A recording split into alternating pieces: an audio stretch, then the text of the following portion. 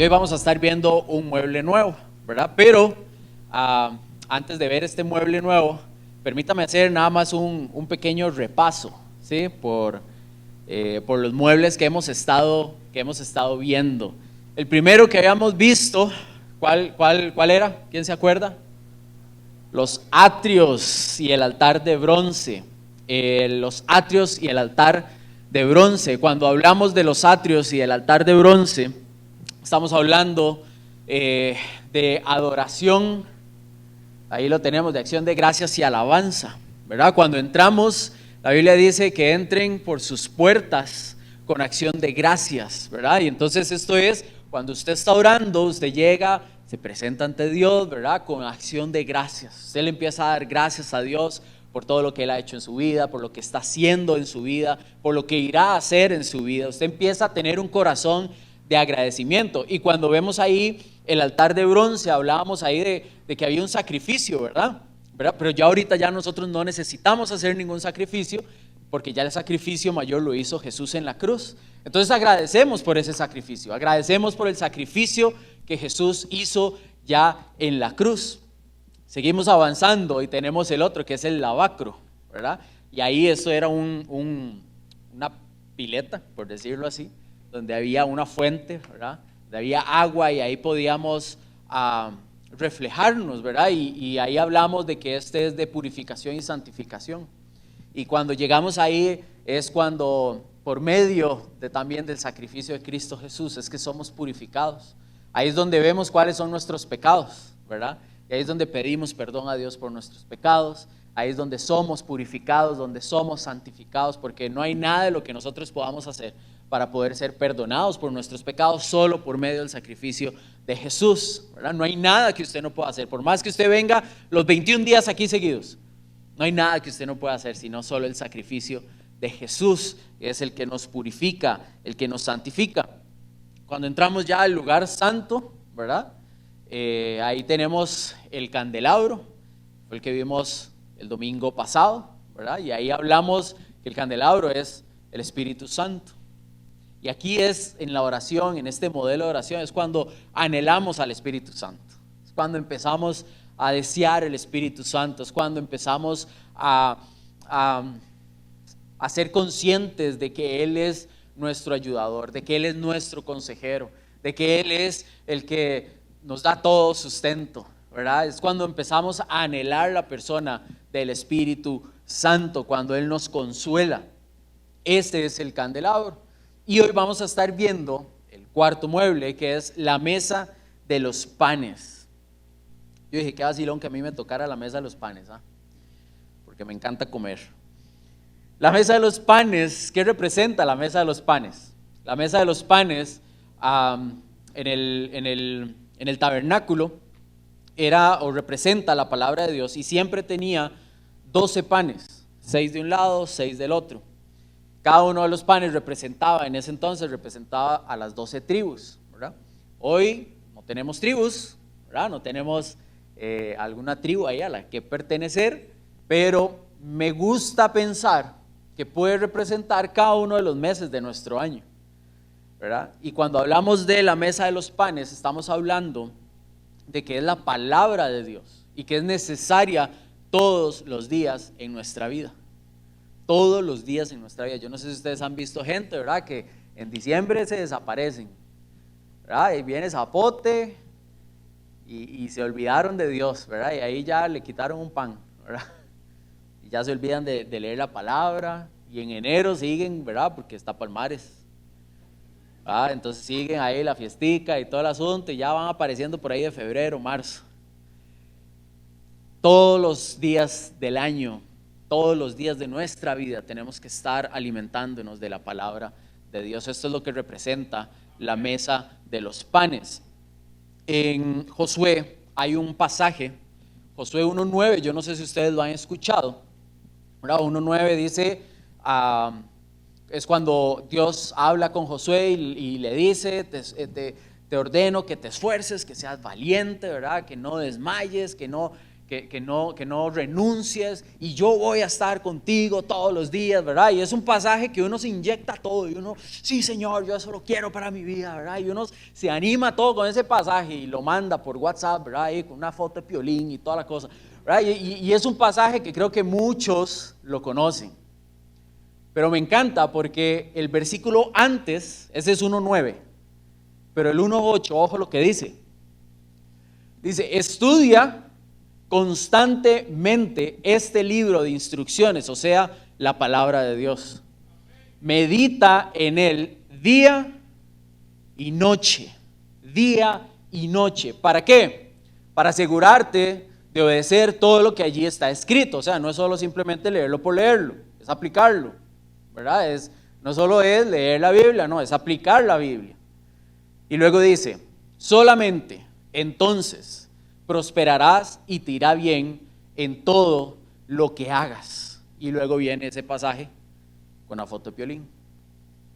Luego viene ese pasaje, ¿verdad? Que todo el mundo se llena de fuerza. Pero antes me está hablando de que yo tengo que obedecer la Biblia. Antes me está hablando de que yo tengo que alimentarme de la palabra de Dios. Y aquí es donde entra este símbolo, esta mesa de los panes. Aquí es donde entra la palabra de Dios. La palabra de Dios debe ser nuestro alimento diario. Debe ser nuestro alimento diario y exponernos constantemente a la palabra de Dios. Yo no sé usted si en el día a día, porque aquí dice de día y de noche, ¿verdad? Usted me puede decir, no, Paz, pero yo tengo que trabajar, ¿verdad? Yo tengo que hacer cosillas, ¿verdad? Yo no puedo estar estudiando todo el día y toda la noche la palabra. Súper, todo bien. Pero, ¿qué está o cuánto se está exponiendo usted a la palabra de Dios en el día a día? ¿Cuánto se está exponiendo usted al mensaje de Dios en el día a día? ¿Cuánto del día usted le dedica a estar escuchando la palabra de Dios? Por ejemplo, a mí me encanta escuchar podcasts. Me gusta escuchar podcasts. Y la vez pasada, Kay me regañó feo. Si aquí predicando regaña feo, vieran en la casa. No, mentira. Resulta que yo estaba escuchando un podcast que me gustaba mucho, era divertido, ¿verdad? Y me hacía reír y toda la cosa, pero yo tenía una bronquita ahí con un personaje del podcast. Yo decía, es que no, me cae mal, pero es súper divertido el podcast, ¿verdad? Yo le contaba a Kay, y Kay un día me dice, suave un toque. Usted solo pasa escuchando eso casi que todos los días. Y además hay uno de esos personajes que lo hacen pecar a usted. Porque yo digo, no es que ese mae, ¿verdad? Perdón, es hermano. Mae es mi amado hermano. Es que este chavalo me cae mal, ¿verdad? Me caía mal. Y yo me sentí confrontado realmente de, hey, ¿qué estoy escuchando todos los días? ¿Qué le estoy metiendo a mis oídos todos los días? Y de verdad empecé a cambiar el contenido. Y ahora estoy tratando, a veces pongo la Biblia en audio y estoy escuchándola. A veces pongo un podcast que hable, que tenga contenido bíblico. A veces estoy escuchando música con contenido bíblico, ¿verdad? Entonces, ¿qué tanto del día usted está escuchando? Usted está metiéndole palabra de Dios a su vida. ¿Qué tanto del día usted le está dedicando tiempo a la palabra de Dios? Porque al final eso es lo único que nos va a hacer sostener. Eso es lo único que nos va a hacer que nos vaya bien en toda nuestra vida.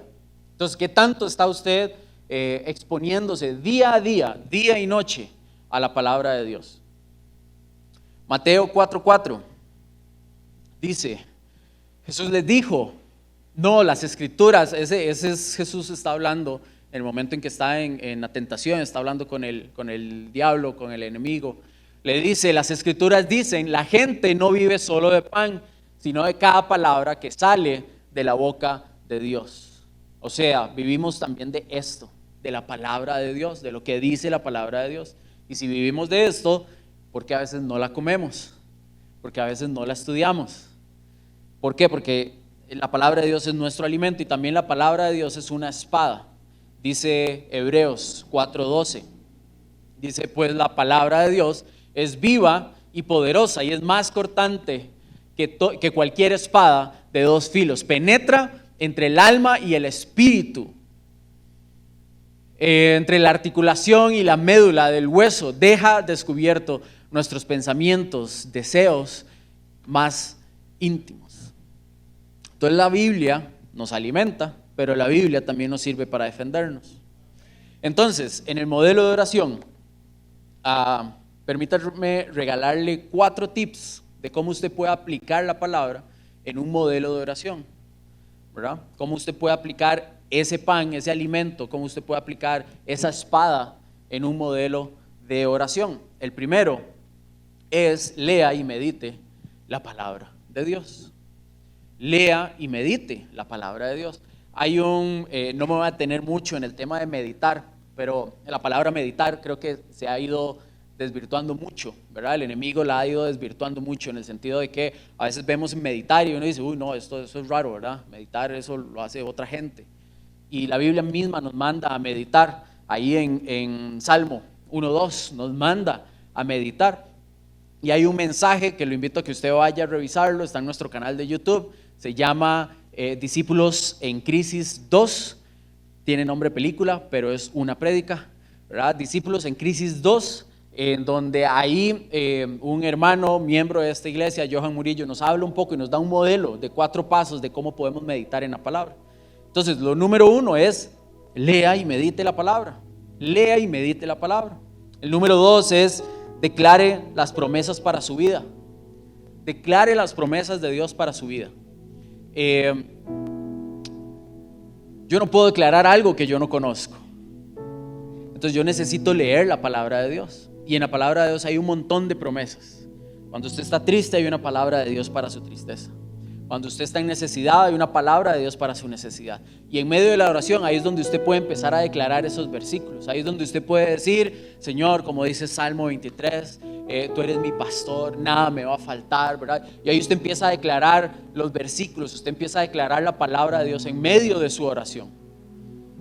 Ahorita, por lista de difusión, les vamos a pasar un libro de Max Lucado donde vienen 91 promesas de parte o que están en la Biblia, para que usted pueda aplicar y pueda orar por medio de la palabra de Dios, declarar las promesas de Dios para su vida.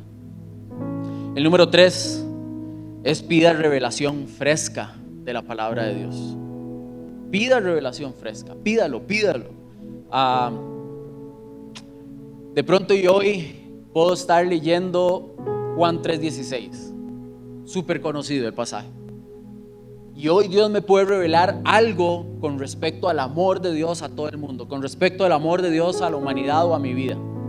Y mañana puedo leer Juan 3:16 y Dios me puede revelar algo sobre el sacrificio de Dios, sobre el sacrificio de Jesús para mi vida. Y pasado mañana puedo leer algo, Juan 3:16, Dios me puede revelar algo sobre la vida eterna. ¿Por qué? Porque la palabra de Dios es viva. Algo vivo está constantemente en movimiento. Y esa es la palabra de Dios. La palabra de Dios. Pida una revelación fresca de parte de Dios. Ese es el número 3. Pida una revelación fresca. Y la 4 es: pídale que su palabra le ayude en el día a día. Pídale que su palabra le ayude en el día a día. Y es más, aquí le quiero lanzar un reto súper sencillo. Agarre Proverbios. Proverbios tiene 31 capítulos. Qué casualidad. Lo mismo que puede tener un mes. Y si quiere, empiece en octubre, porque uno dice, ya septiembre está comenzado. Empiece en octubre, 1 de octubre, y léase un proverbio por día, tempranito. Y usted se lee ese proverbio y ore y dígale: Señor, que esto que estoy leyendo, que me ayude, que me dé guía, que me dé luz durante todo este día. Y pídale que le ayude durante el día. Para eso está la palabra, para eso es la palabra de Dios. Al final dice Salmo 119:5, que ella es una lámpara y que guía mis pies, guía mis pasos. Es una luz que me va a ir guiando en el día a día, que me va a ir guiando. Pero ¿cómo yo voy a tener guía si yo no la leo? ¿Cómo yo voy a tener guía si yo no me expongo a ella? ¿Cómo yo voy a tener guía si no la declaro constantemente? Entonces, ¿qué le parece si esta noche, como esto es un modelo de oración, usted incluso ahí donde usted está, o si quiere levantarse, vamos a tener un tiempo de intimidad en donde va a estar usted y Dios nada más. Pero incluso si usted quiere agarrar su Biblia y leer algún pasaje y pedirle: Señor, revélame algo sobre este pasaje, revélame algo fresco sobre esto, Señor, que esto me ayude. Empiece a orar con la Biblia. Si usted dice: hey, yo no sé cómo orar, no tengo la más mínima idea, no importa, abra su Biblia y ore con algún pasaje de la Biblia. ¿Y qué tal si en este momento nos disponemos a tener un tiempo de intimidad y de aplicar estos tips o estos principios de la palabra de Dios en nuestra oración? ¿Sí?